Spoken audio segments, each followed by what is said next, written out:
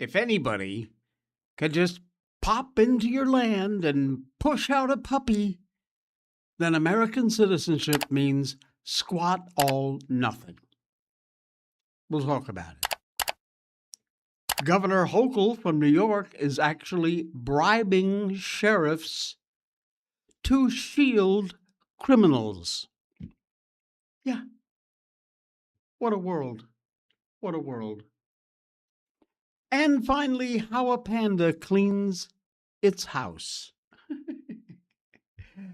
All that and more coming up. Good morning. Welcome to the Jay Sheldon Show for Wednesday. It's hump day. We're halfway through the week, and I'm glad you are here. Thank you for that. Appreciate it. We've got a follow button down there on Rumble and a subscribe button over there on YouTube. We're live on both platforms. If you wouldn't mind punching up that button, it's free and it helps the show. You want to give us the thumbs up like? That's good too. We appreciate it. All right, let's just get right into it, shall we? American citizenship is a priceless inheritance. I am so proud. I am so proud that I inherited my American citizenship. I really am. I'm not kidding. It isn't some cheap commodity to be harvested by people who, in many cases, want to do us a whole bunch of harm.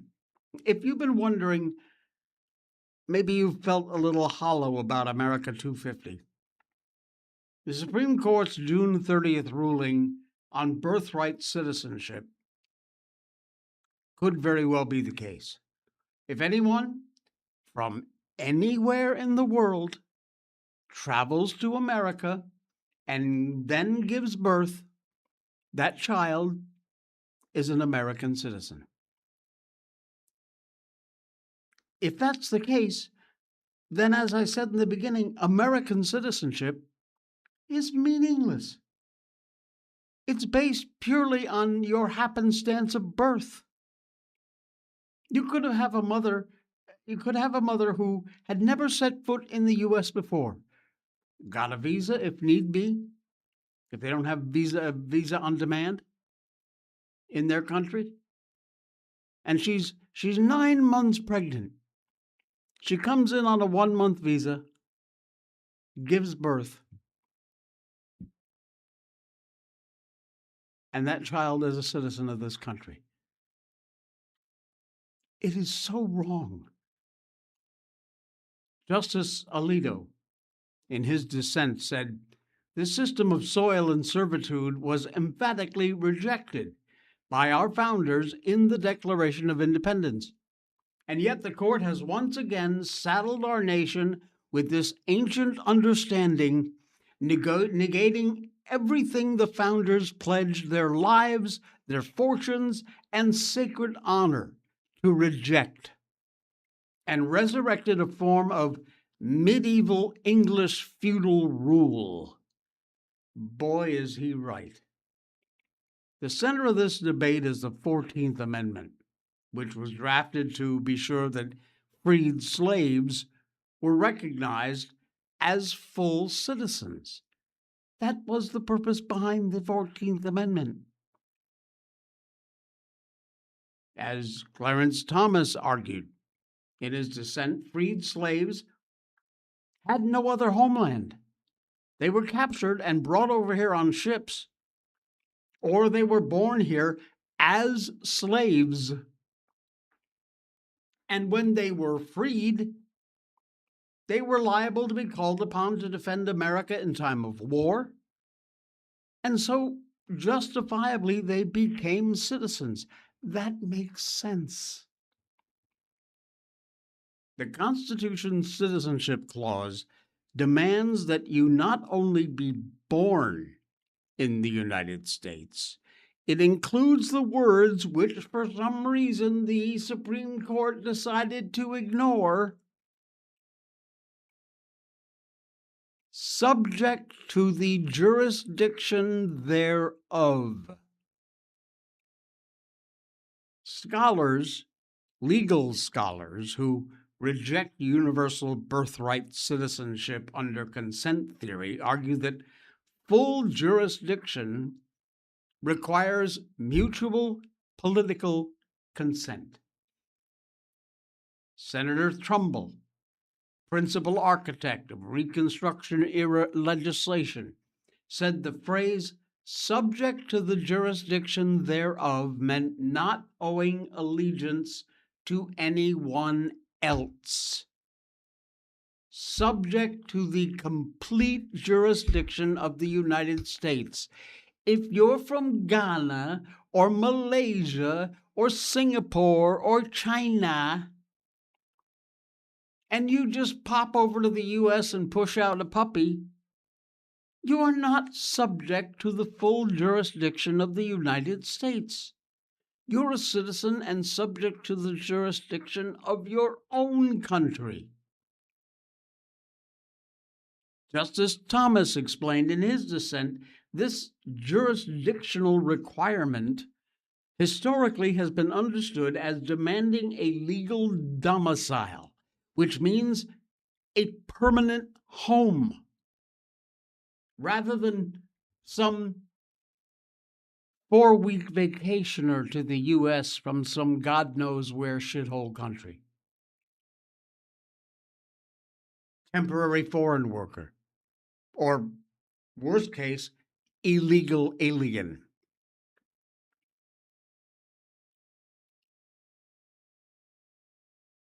Now, this conclusion stands in direct contrast to this absolute idiot, Ketanji Brown Jackson. I'm not even call her a justice because she is not. She's a moron who never should have gotten that job. And her universalist vision of citizenship. Ooh. The author of the Citizenship Clause, Senator Howard, stated during the Senate debates over the 14th Amendment that automatic birthright citizenship would not include people born in the U.S. who are foreigners, aliens, belong to families of ambassadors or foreign ministers accredited to the government of the United States, but will include every other class of person. Supreme Court's ridiculous majority response to Howard's assertion is to argue over commas, insisting foreigners and aliens merely describes diplomat families. But if diplomat families are foreigners by definition, well, then why even list foreigners and aliens separately?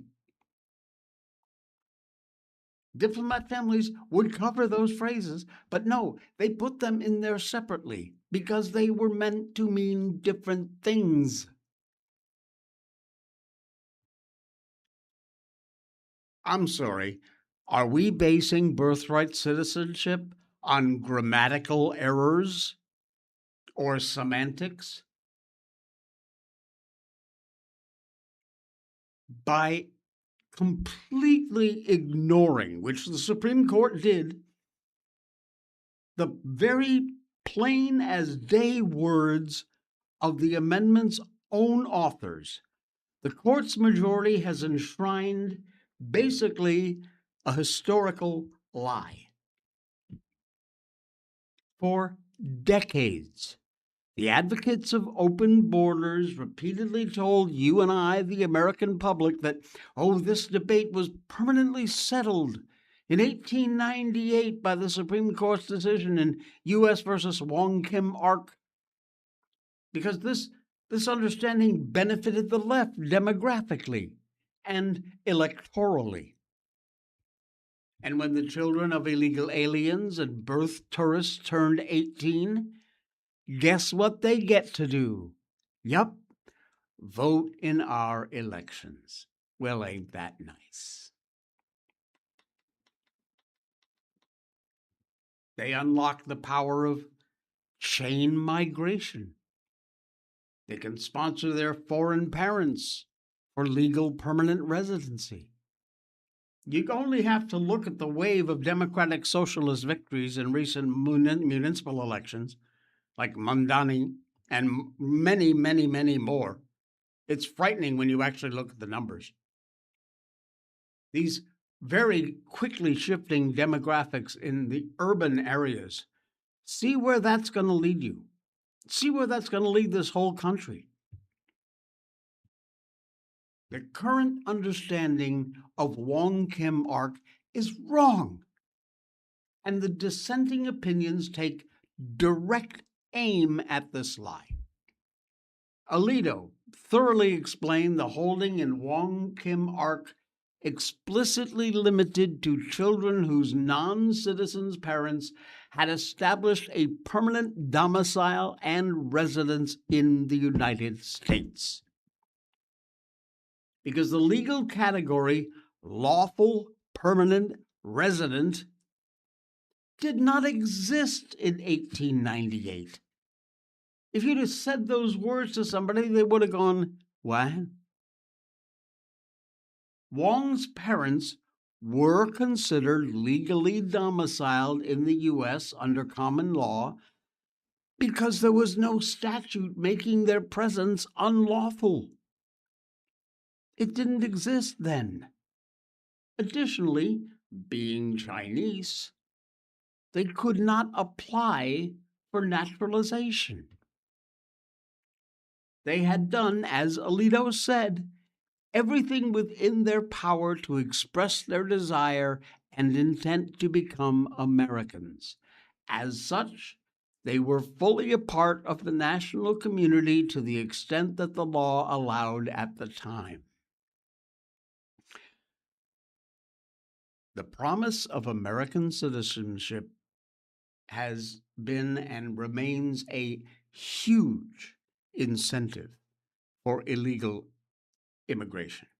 The subversive birth tourism industry profits openly by the court refusing to defend this country, which is exactly what they did.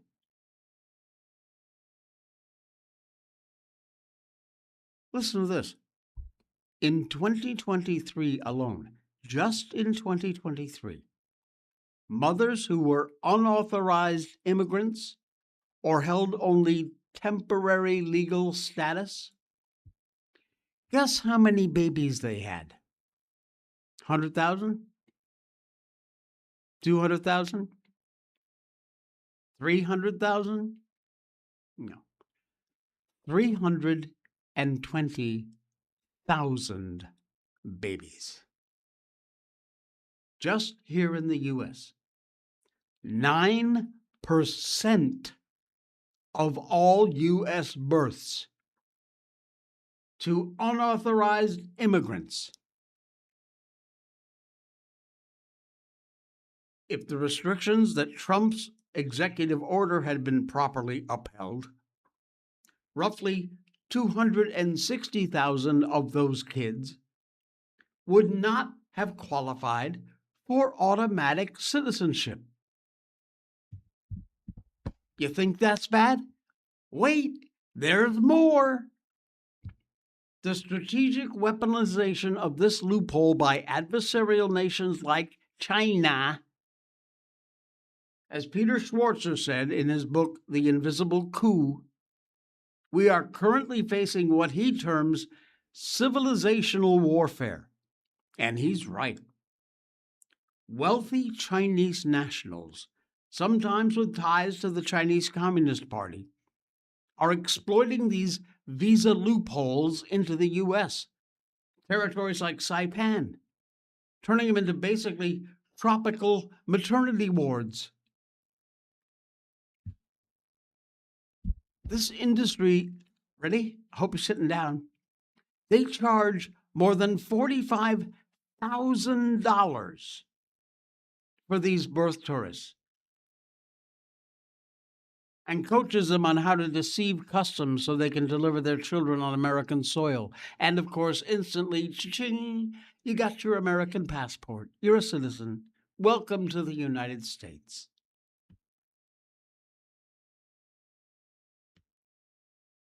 There are an estimated 750,000 to 1.5 million of these American citizens currently being raised and indoctrinated in mainland China.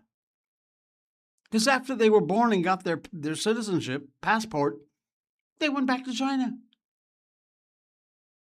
They're being taught to hate America, to hate Western civilization as a whole. Alito warned this ruling continues to allow a person whose only connection to the country is a very brief stay, probably no more than a week, on American soil at birth. That person is able to travel the world on a passport from the United States, enter the country freely, vote in our elections, run for political office, retain citizenship, even if they harbor the utmost deep hatred for this country. They're a citizen.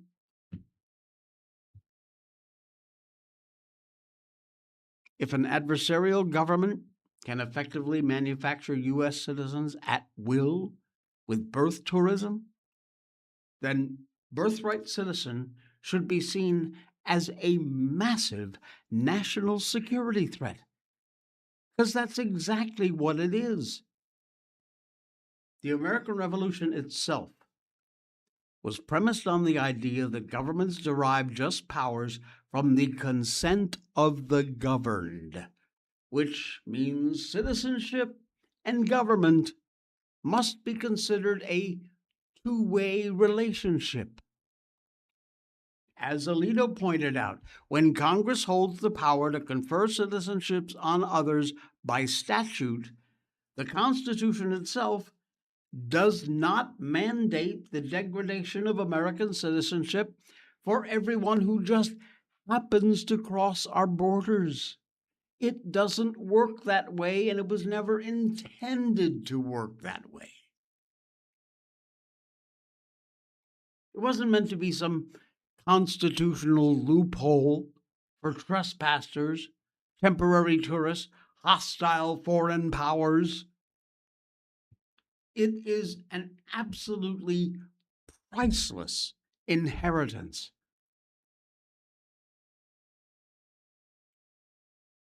It's not a cheap commodity. It's not meant to be harvested by those who wish to do us harm. No sovereign nation can ever possibly ever survive if it abandons the right to decide who gets to belong in its national family. And the Supreme Court of the United States just screwed that up to the nth degree.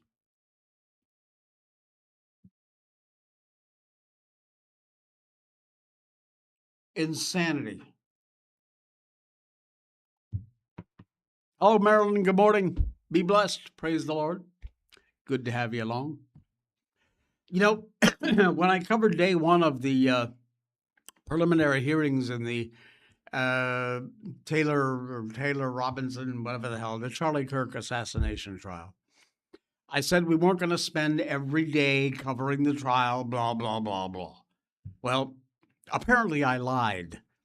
But no, this is important. This is whack-a-mole. This is strange. Tyler Robinson's hearing. Lance Twigg. You know that name? Sounds slightly familiar? That's because Lance Twigg was the furry boyfriend of Robinson, who's been accused of the murder. Now listen to this. Lance Twigg's DNA was found on the rifle, which was allegedly used to kill Charlie Kirk. DNA evidence in the Charlie Kirk murder case mostly matches Lance Twiggs. The FBI previously has cleared this guy. A significant twist in this case, which is why we're bringing it up to you today. Forensic examiners testifying on the second day of Utah's trial claimed the gun allegedly used to kill the TPUSA founder had DNA of Lance Twiggs, the roommate of Robinson. Okay, whoever wrote this is taking some liberty. He wasn't a roommate. He was the boyfriend, furry lover. Twiggs earlier got completely cleared in the case. The FBI said, no, he had nothing to do with it. And now his DNA appears on the rifle. Oh, and not just a little bit of DNA. Let me get you to the numbers.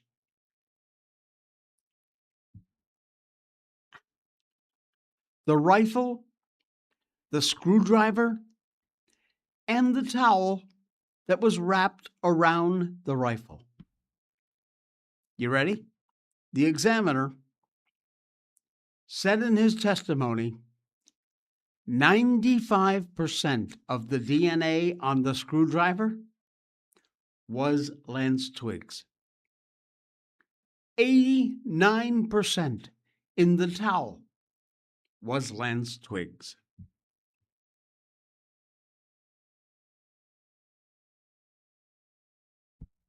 You want to explain that one, FBI? Yeah, I'll bet you don't. Just quick update on some of the crap that is going on in this trial, which is and will continue to be an absolute nightmare. Do you live in an area with an HOA? I'm very sorry for your life if you do. I don't know how this country continues to put up with the crap that these HOA morons come up with. They are nothing but giant Karen committees. Get a load of this. An HOA has now declared war on the American flag. San Diego residents are not having it, and they are firing back. They have been threatened with $100 a day fines if they don't remove their American flags they're displaying out in front of their houses. Well, the residents lawyered up. Chris Cook, clear. He said, my grandfather died in World War III, and that flag stays up.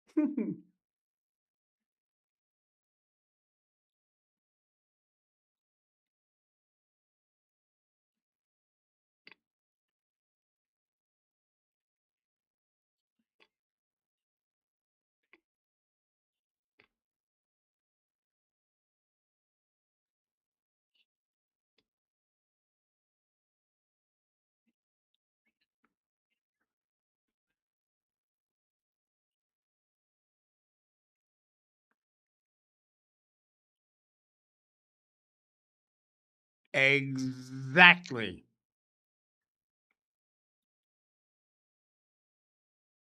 Some political crap. Give me a break. These HOAs have just gone wackadoodle. They need to be stopped. Just ignore them. Ignore the fines, ignore the HOAs. Better yet, just move. You know, why would anyone move into an area with these Nazis? Beyond me. Absolutely beyond me. All right. You ready for getting back to being good and healthy? You remember your mom said you got to eat your fruits and vegetables? You remember she was right? Brickhouse Nutrition has a product called Field of Greens.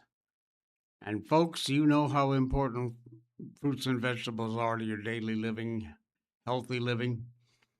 The problem is they're hard to cook, hard to prepare. You got to go shopping. They're perishable. How many times have you said, "Oh, I'm going to do it. I'm going to get all these fresh fruits and veggies, and I'm going to put them in that crisper drawer down in the bottom of the fridge." And then when you go to get them, they're all just a mushy pile of goo in the bottom of the plastic bag because you didn't use them up fast enough. It's a problem. Well, Field of Greens has gone a long way to preparing, fixing that problem. They are a science-backed formula of specific, healthy, wholesome fruits and vegetables. They've all been ground up into an amazing tasting powder. You just mix it in with your favorite drink, green tea, orange juice, chamomile tea, whatever you like. Mix it in there. Tastes great. And these are real USDA organic fruits and vegetables, not extracts. Real, honest to goodness, organic USDA fruits and veggies. Comes in a bunch of great tasting flavors. You will love it. It is so good for you. You get on this stuff once a day. That's all it takes. And you see how your charts come back the next time you go to the doctor. He'll say, "I don't know what you're doing, but keep doing it." Field of Greens, Brickhouse Nutrition. Use that link in our description down below, and you will get yourself a very special deal from Field of Greens, from Brickhouse Nutrition. Thank you, Brickhouse Nutrition, for being a part of the show. We'd love to have you guys in as a new sponsor. Well, a returning sponsor. Let's call it that. Brickhouse Nutrition. Thanks, folks. All right. Newsom's California tried to run an ICE facility out of town, and guess what Trump did? He bought it. Well, not Trump, but California Democrats spent years trying to strangle ICE detention in their state. Well, Trump's DHS just spent $1.5 billion to make sure that doesn't happen. President Trump's Department of Homeland Security bought two of the largest ICE detention facilities in California. And they've now secured more than 4,500 detention beds in a state where Governor Newsom has made blocking immigration enforcement a political cause. CoreCivic, nation's largest private prison detention operator, announced Monday DHS completed the purchase July 2nd. Both facilities expected to remain open under existing ICE management contracts with CoreCivic, though the company said those contracts terms could change. Now the federal government owns the buildings. California City contract expires August 2027. DHS didn't just rent more space in California, they bought the buildings. Uh-huh. These idiots in California, these Democrats, lefty lunatics, have been trying to ice out ICE detention operations throughout the state, trying everything they can to get in their way. They tried to push private detention operators out of the state. Ninth Circuit Court of Appeals blocked the 2020 law from being applied to federal immigration detention facilities. State leaders later turned to monitoring and investigating laws involving the California Department of Justice and local health authorities. All this crap they keep throwing out there to stop us, and DHS answered with, "We're buying the buildings." You're done, babe. You're cooked. Stick a fork in you. And on the other coast of the United States, Governor Hochul from New York is really going above and beyond. If you are a taxpayer, not just New York City, you got enough of your problems with this Mandani commie, but anywhere in the entire state of New York, you ought to be aware of this, because your governor is bribing sheriffs to shield criminal illegals from ICE raids. Yeah. Oh, yeah. She's putting sanctuary priorities ahead of your safety. This time, by dangling technology upgrades in front of local police agencies. Only if they agree to limit cooperation with federal immigration authorities.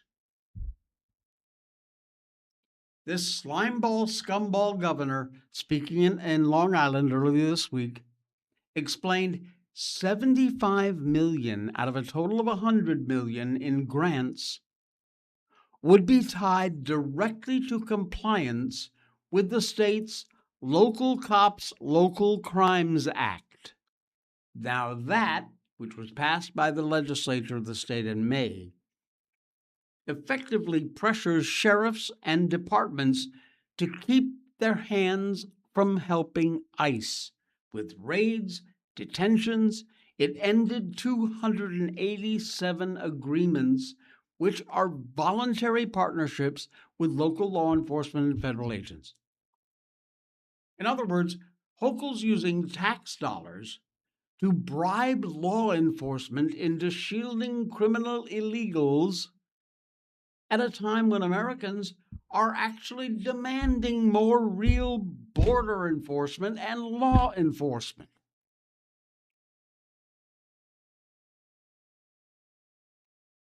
If you have not been a beneficiary before, please step up.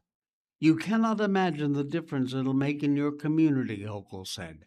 I'm committed to keeping this state as safe as possible, and we're going to continue our support for local law enforcement because they are literally on the front lines of protecting their communities.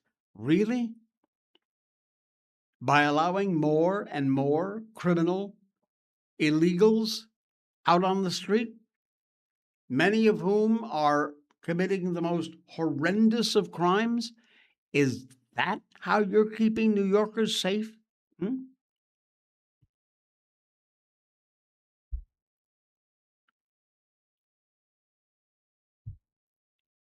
Nice job. Nice job, Hochul.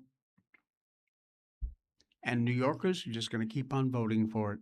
So you're going to keep on getting it good and hard. Enjoy. I'm sure you will. More action out of Tehran. Wow. CENTCOM has slammed over 80 Iranian targets after shipping attacks. The mullahs are now vowing a crushing response. U.S. Central Command, CENTCOM, said yesterday they'd hit over 80 targets in Iran following, here we go again, the Islamic Republic's targeting of 3 commercial tankers who were transiting the Straits of Hormuz, which is a direct violation of the MOU between the two countries. These people are animals. They do not get it. They will never get it. The resulting American military response, about 8 times larger than the earlier strikes on June 27th. Treasury Department also reimposed sanctions on Iranian oil sales, hitting them where it hurts, right in the wallet. But you know what? That is not where it hurts. Where it hurts is a bomb or a bullet to the brain. Then they will stop, and that's likely the only way. Let them be all the martyrs they want to.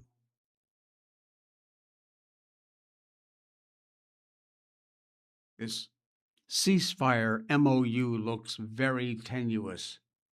Very. CENTCOM launched these 80 attacks.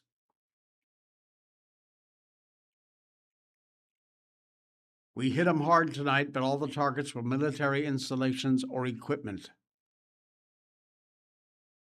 Do we have, yes, we do. Here we go. Here's some footage of some of the attacks. یا خدا یا خدا اوه اوه خارش گانو نیا نیا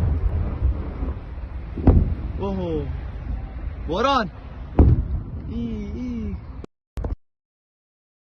Sorry, I don't speak terrorist, so I couldn't tell you what they were saying.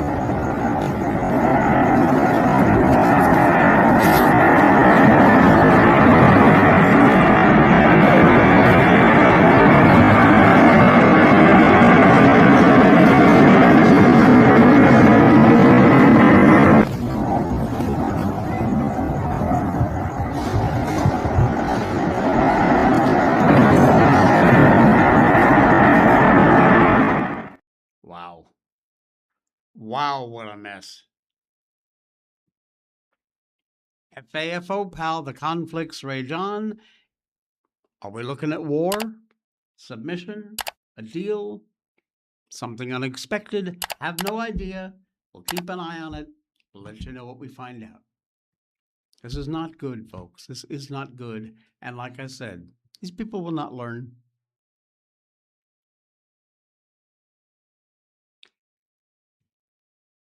Elon Musk's SpaceX is coming for your 401k, and the left is going to hate this.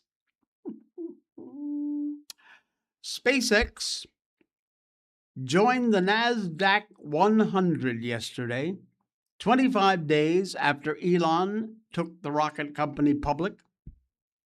For millions of Americans with passive funds inside your 401k, the company that made Musk the first trillionaire in recorded history may very soon land inside your retirement account too. Oh yeah. SpaceX opened at $150 a share on its first day of trading, moving higher, pulled back, closed Monday at 160.42. NASDAQ confirms SpaceX would enter the NASDAQ 100 July the 7th. That would have been yesterday. Now, funds that track the index will certainly buy the stock. Many of those mutual funds, exchange-traded funds, live inside retirement plans, which are held by people like you, workers who never bought SpaceX directly, never made a personal call to Elon Musk. That part will be funny for the people who spent June melting down over just how wealthy the man was. Senator Warren, good old Pocahontas, wanted a wealth tax after Musk crossed the trillionaire mark. Sanders, idiot, used the milestone to pitch lifting the Social Security tax cap. Graham Plattner, disgraced Democrat running for Senate in Maine, what a scumball he is. He posted, "Let's make sure he's also the last," meaning trillionaire. Despite their warnings, a few weeks later, NASDAQ headed into the NASDAQ 100. JP Morgan estimates the inclusion could draw $4.3 billion in passive inflows. Funds tied to the NASDAQ 100 includes Invesco's QQQ and QQQM. No government body made SpaceX valuable. And none of these crusty senators built anything even close to SpaceX rockets. Investors looked at the company, they looked at the vision and the future, and they bought, because that's what it's all about. SpaceX did not wait years for the index either. Major indices relaxed requirements this year for newly listed companies, included rules tied to profitability, trading history, shares available for public trading. SpaceX became eligible after just 15 trading days. A lot of people making a lot of money. Thank you, Elon. And Pocahontas, you can just go get screwed along with the rest of your wacko Bernie Sanders nut doodle jobs.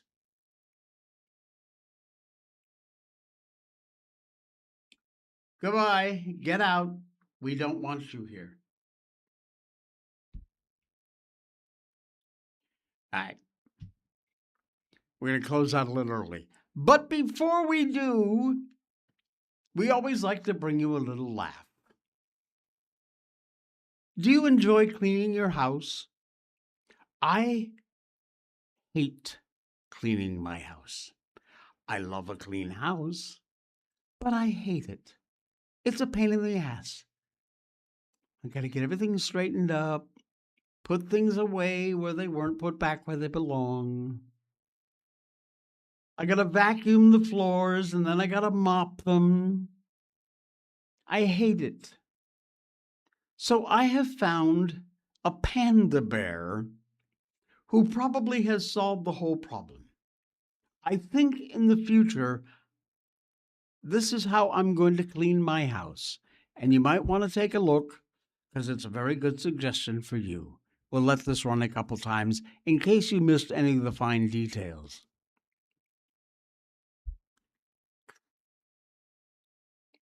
There you go. Done. How's that? Quick, easy, complete, finished?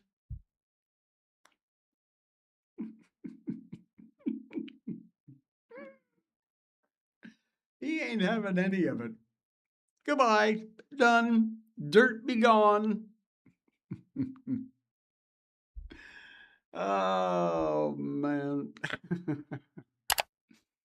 All right, my friends. Thank you so much. Don't forget our sponsors. They're down there in our description. And be sure, and if you can, you make a donation directly to the show. We appreciate that very much. The link is the top one in our description for our PayPal account. You can use your credit card or your bank account and just send us a little something to help us keep the lights on and keep things going around here, keep the show free. Also, of course, our sponsors, BRICKHOUSE Nutrition, Blackout Coffee, Patriot Mobile, they're all there too with some great deals for you on American companies who care about the values you and I care about. We'll be back again tomorrow for the Thursday edition of our little get-together here. We'll see you then.